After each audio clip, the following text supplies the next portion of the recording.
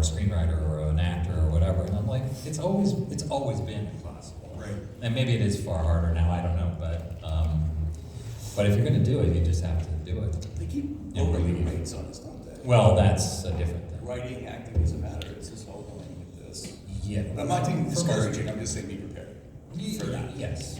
He's just here to kill your dreams.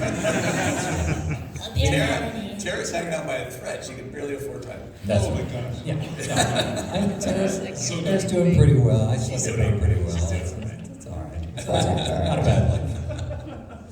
But I do think that there is something very unique in how entertainment is changing, and having practitioners like yourselves speak to that, I think, is very important, so that those people that are coming up aren't shell-shocked by the change in opportunities or their understanding of what that is. Sure. So when it comes to first before you even look at video game acting or acting for video games, getting into acting itself, what are some of your recommendations for people to explore so that they have that understanding to begin with? Improv. Go into improv immediately. That's what I would say. Mm-hmm. Take it from there. Yeah, take acting classes. Jennifer Hale runs a voiceover teaching service called Skills Hub, and that's a good way to meet people who are already working in the industry and meet teachers who are connected.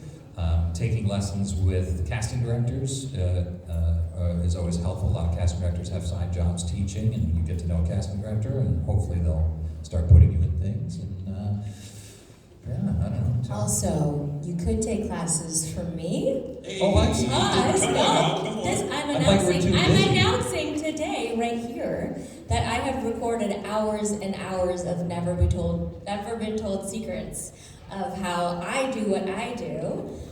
Because they're right, it is really hard to get in, and no one can guarantee work. And so I've been putting off teaching for a long time because I didn't want to just take someone's money without giving something back. So it's community and it's all my secrets. I can't tell you the name yet because it's really cute and I want to wait till I launch. So just, if you follow me on social, it's at Tara Strong everywhere, and I'm going to be dropping it. It's really, really exciting. That's awesome. Yeah, finally, I just went into a studio and recorded everything in my mind and how I do it, because we all do a lot the same. I actually always tell people to take improv. I did Second City in Toronto when I was a kid, and I think it's so important to do that, even if you're not an actor, just for building confidence and thinking on your feet. And then, of course, if you're acting, to be able to come up with different characters on the fly. Whether you're doing on camera or voiceover, it's very often that they change it up on you. Or when you're doing a cartoon or a video game, they say, hey, can you do this character? Or that happens to us all the time.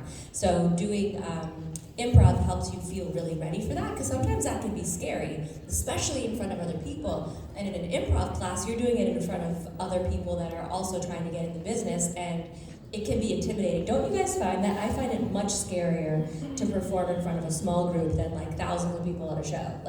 Everyone's in this small room kind of looking at you, and you're like, I want to impress these people. Yeah, auditions are really five hard. people in one room, and they are just they're so intent on what you're doing every second. And a lot of times they're like this. Wow, they're way too. I've had auditions where people were on their phone. Yeah. Well, I would throw a shoe. What am I doing here? Yeah. Hi, I'm here to audition. I memorized 12 pages. It's not always. Actually, the work is the audition, you guys. That's the stuff that's hard to do. Yeah. I'm sorry. When you are booking a job, it doesn't feel like work. The work is the audition. The job's the fun part. I wish I had known that when I was auditioning more. You should take my class. I should have, but it didn't exist. Very Retroactively. I'm so glad you're doing that. There's no too many people more qualified to teach me. Well, now you want, because it's going to be like a community, really. Because the truth is, I don't. It's all at stake. That was fun. And I loved being in Lupin, Castle Cagliostro, the Hayao Miyazaki film. That was a really cool thing. I don't know, but I love them all. Anytime you get hired to be an actor, it's a pretty good day. I played this Russian character on Major Dad that I thought was hilarious, and there's a lot of, I have fond memories of pretty much all of the parts, which is not very satisfying, but it was really fun. That's fun. Borderlands people? Yeah! Borderlands is interesting to me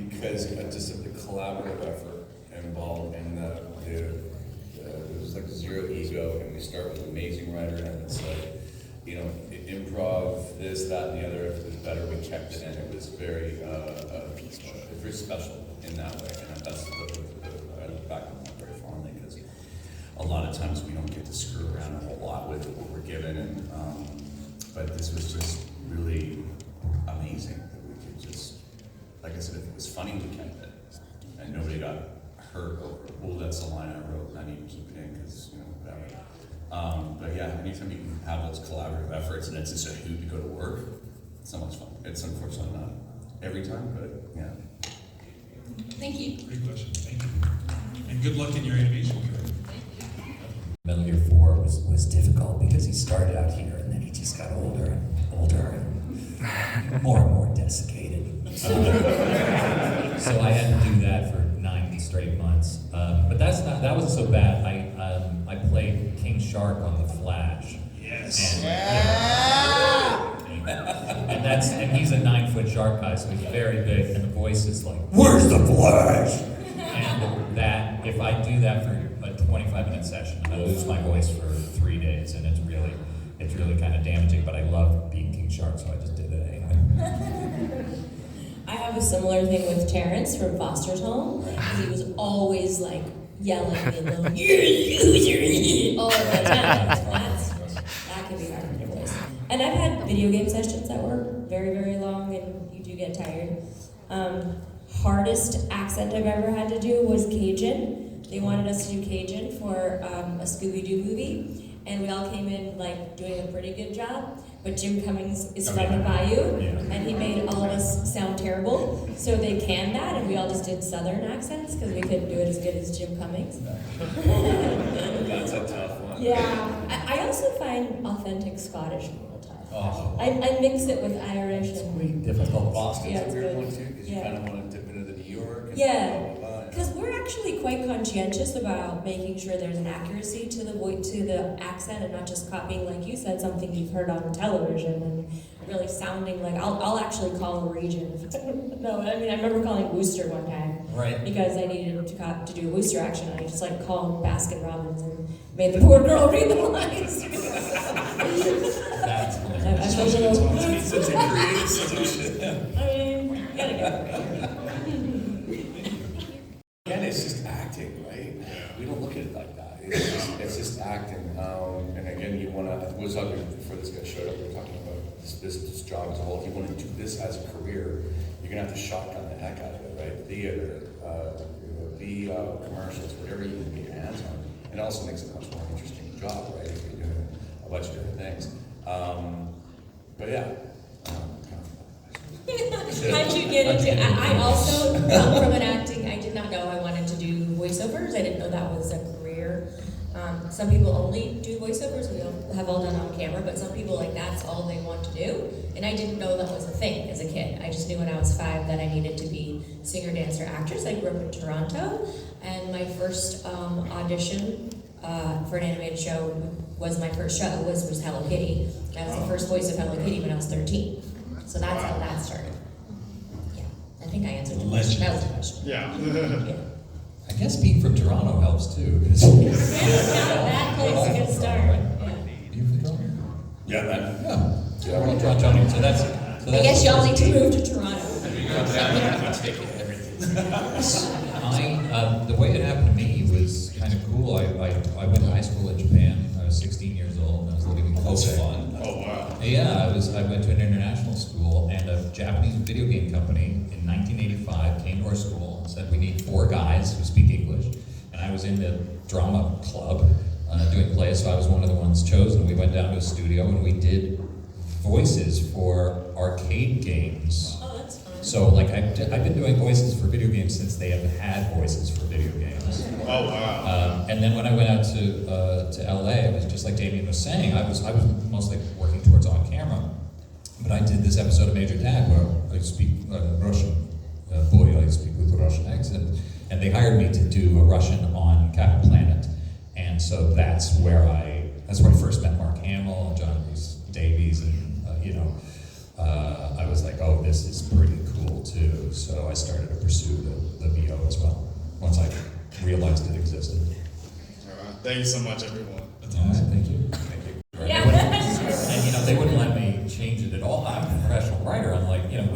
we said it like this, and they're like, let's call Tokyo, and they do, and then 45 minutes later they go, no. and then you're on Star Wars: The Old Republic? Yeah. Yeah. Who do you think? Risha. I should know that, but No, anyway, we're both on Star million Wars. characters on that show. Right, we're both on Star Wars: The Old Republic, and that one, the words are programmed into the computer before we save them. So you can't change a syllable on that one, and sometimes there's like a word, so I'm like, why would I say it? Yeah. But there is no changing. So that's Yeah. part of the skill is being able to make some awkward line work. Right. You know. You can always just say it too, and I'm gonna say anything. Just throw it out there and see where it lands. Well, yeah, but on Star Wars, they're like, yeah, you missed the ant. Yeah. And you said the made up word wrong. Right. Oh, yeah, get that one. Thank you. Thank you. Example, we were at the Amundsen Theater watching Deathless Sales with Brian Dennehy. It was an amazing show, and I'm there with my wife and another couple, and then there's this couple in front of us, and they're making out like they're at a drive-in movie. Yeah, it's just like they clearly, this is their first kiss, and they're really enjoying it, and they're just smacking their lips and so on and so forth. And I don't really notice, but my wife notices, and she's like, what the hell's going on here? And she gets annoyed, so I get annoyed. And they're really high stacked seats like this, so they're like that, like that. And I leaned down into this guy's far ear, right here, and I went, get a room. This guy, what are you doing? I scared the bejesus out of him, and then the girl's like, and he's like, Did they recognize your voice at least? That would have been a I great don't know. story. Well, I was like, if you play Metal Gear, this is going to be transformative. I'm not gonna kiss you anymore. Snake said he would kill me. I heard it. So that was the most fun use of the snake voice I've used in the I got out of a speeding ticket for being Bubbles once. Oh, yeah. Yeah. Not surprised. Yeah, he's like, why are you rushing? And I'm like, I gotta get to the studio. And I literally had like one of the headshots that I signed on my thing because someone had asked for one. And he's like, are you a Powerpuff Girl? He's like, I have a 9-year-old daughter. I can't give a speeding ticket to a Powerpuff Girl. That was helpful. But we are our characters, and our characters are us. There's that symbiotic thing too. So it's like often we will just break into voices or do different things, or some of our personality, much of our personality, bleeds into the characters that we're voicing too.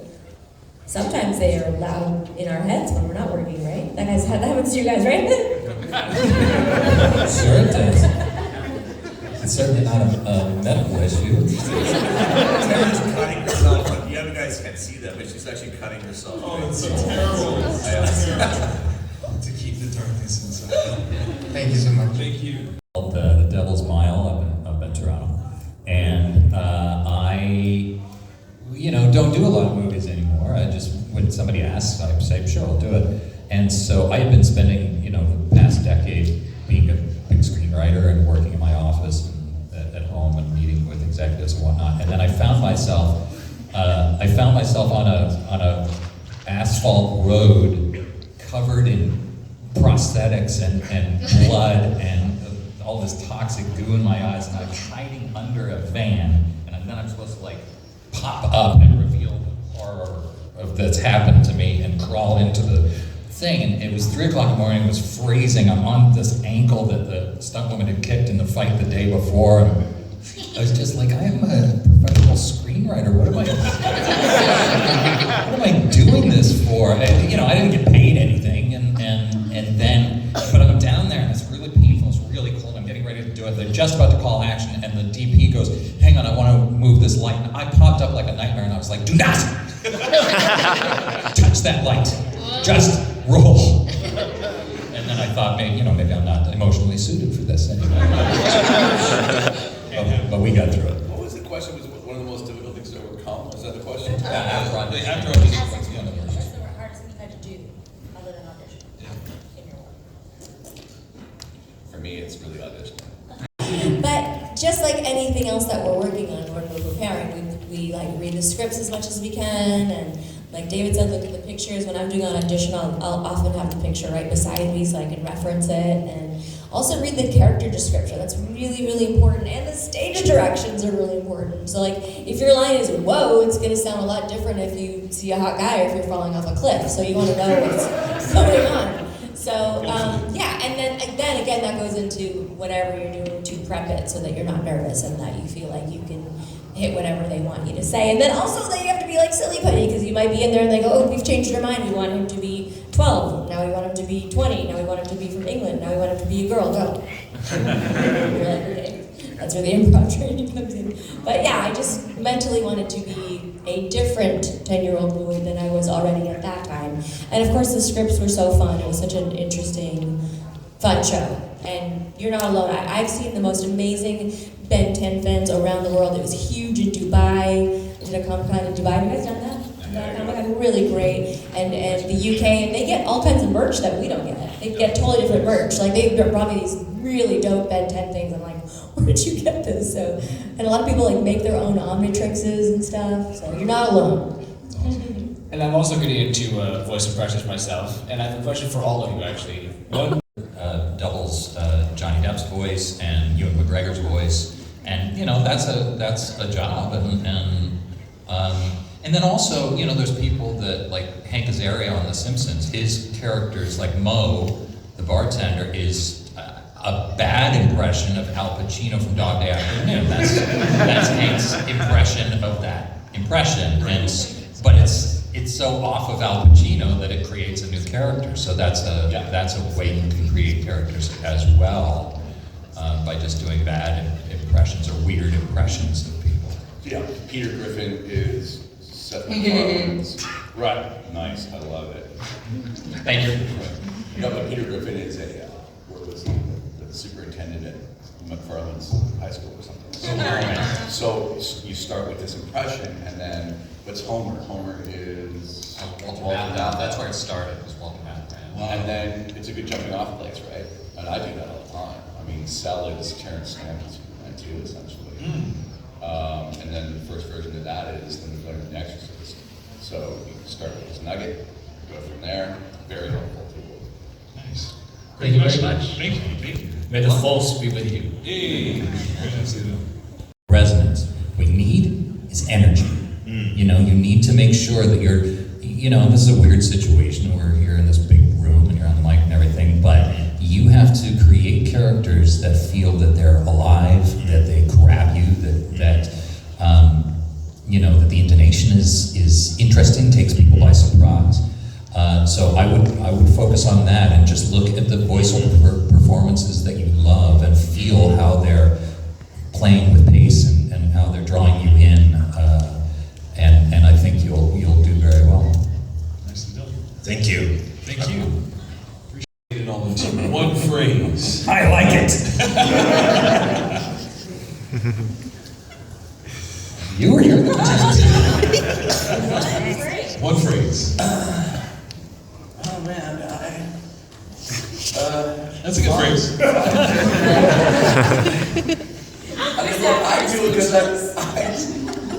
I do it because I love doing it. You may or may not make money doing it, but I like to do it because I love to do it. So that would be my phrase. I can kind of, you know, I'm into it. Yeah, love it. I think that's funny key. for me. It's And the more you love it, the more people will feel that in your performance, and the more they will love your. you gotta love it, right? I mean, God, writing's like that for you too. I mean, Totally.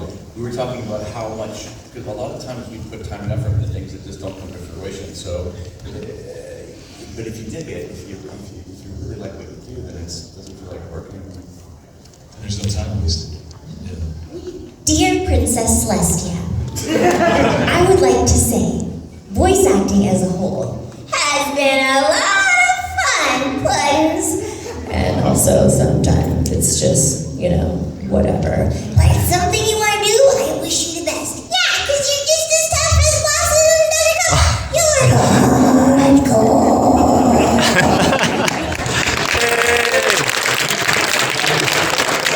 That was amazing.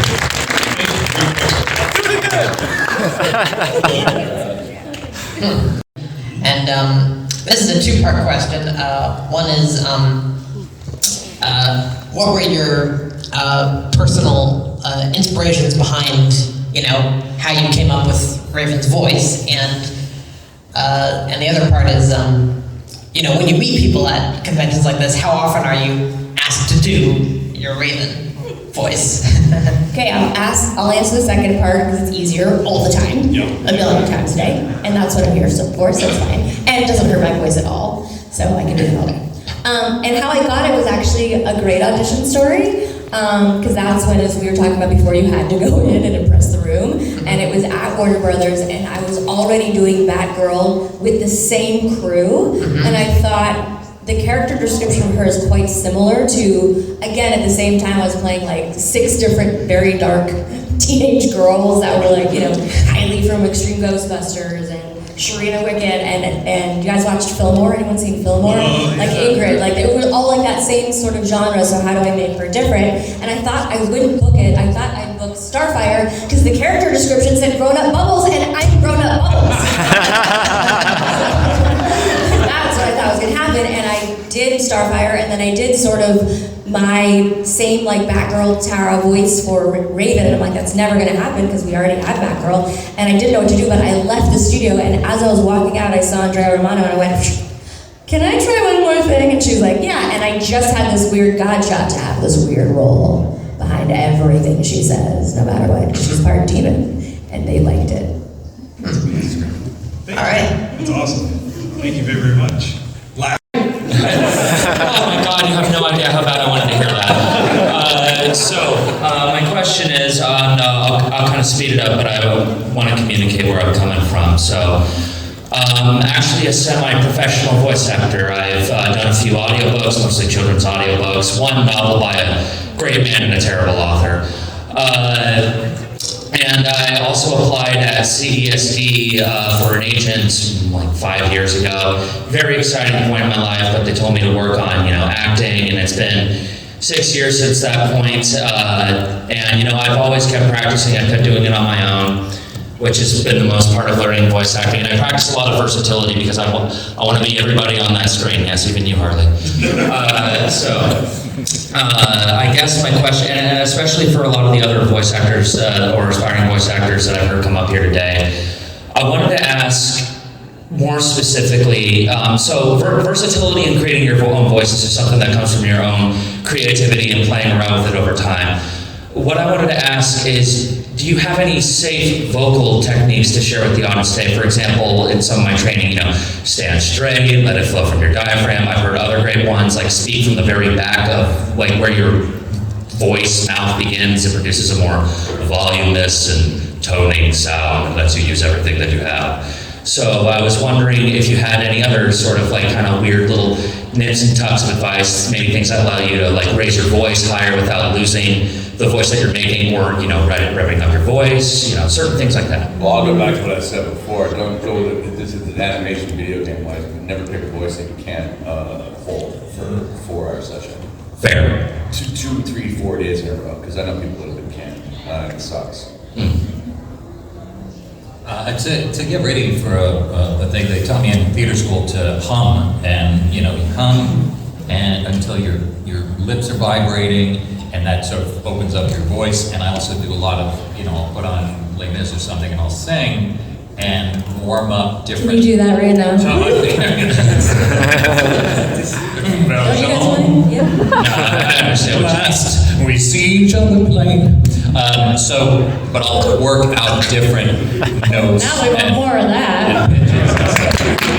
All right, I'll try humming with my earbuds or watching something a little more often. How about you, Tara? Look, I'm going to be honest with you. I think your question is a much bigger question than we can answer here. I think because there's not one thing that's going to work. Speaking from the back of your throat is fine for one part, but not for another. Yeah. And there's not one thing that fixes everything, which is why I put out my class, which has like a million different possibilities and things that work for me. So I'm like, this works for me, maybe it'll work for you, and they're there for you to try. But I also want you to not feel discouraged that you've been trying for so long, because voiceover and writing and directing and acting are all its own very strange career within entertainment, that the entertainment industry does not care how badly you want to work. If you wanted to be a doctor, you go to college and you learn everything you need to know about that field and you work. If you want to be a lawyer, you learn everything you know, you do well studying and you work. That's not how it works in Hollywood. And so most people have a very hard time maintaining a successful career and also maintaining it over years, right? Because things change and things are always changing. And I think success in this business comes from an element of luck, of this serendipitous moment where you book one thing that puts you on the map, right? Because there's people that you know that have been acting forever and you can't say their name. Not that they're not wonderful or beautiful or talented, but they have to have that one part that really sets them apart so that then they work forever and ever and everybody loves them. So it's a really, really hard thing. So I don't want you to beat yourself up if you haven't booked something or booked something that put you on the map. It's a really hard thing to do. And if it's in you, like don't give up and laws of attraction and do all kinds of things that make you feel good. But it's a much more loaded question than, you know, a tip or a piece of advice. Like these guys were saying, like go to improv. I think you should take scene study. I think you should take singing lessons. That's where you learn all kinds of great things. I have taken singing lessons actually, quite a bit. And thank you. And yeah, I keep that in mind as well. I'm currently in college and I've also set up my own professional game mastering business that lets me have the freedom to do all these voices and practice and do improv it all the time. Your own thing is pretty smart. Thank you, yes. So I'm not all eggs in many baskets is what life has taught me. Thank you. I guess just a tiny quick follow-up question. Tara, you just mentioned that you have classes where you teach voice work. How about the rest of you? Do you also have these kinds of classes? No, I don't support younger actors. I'm waiting for you guys to die, so I have a shot. So. Yeah, no, I'm like, I'll do the job. You guys will be fine. So yeah, no, I don't. I mean, I wish you well, but I'm not going to help you. Don't worry. Thanks, everybody. I mean, that's a way to close it out right there for sure. But no, sincerely, congratulations, good luck to you, and hopefully one day you will be up here, we will be having these conversations with you. Absolutely. Thank you all for sticking around.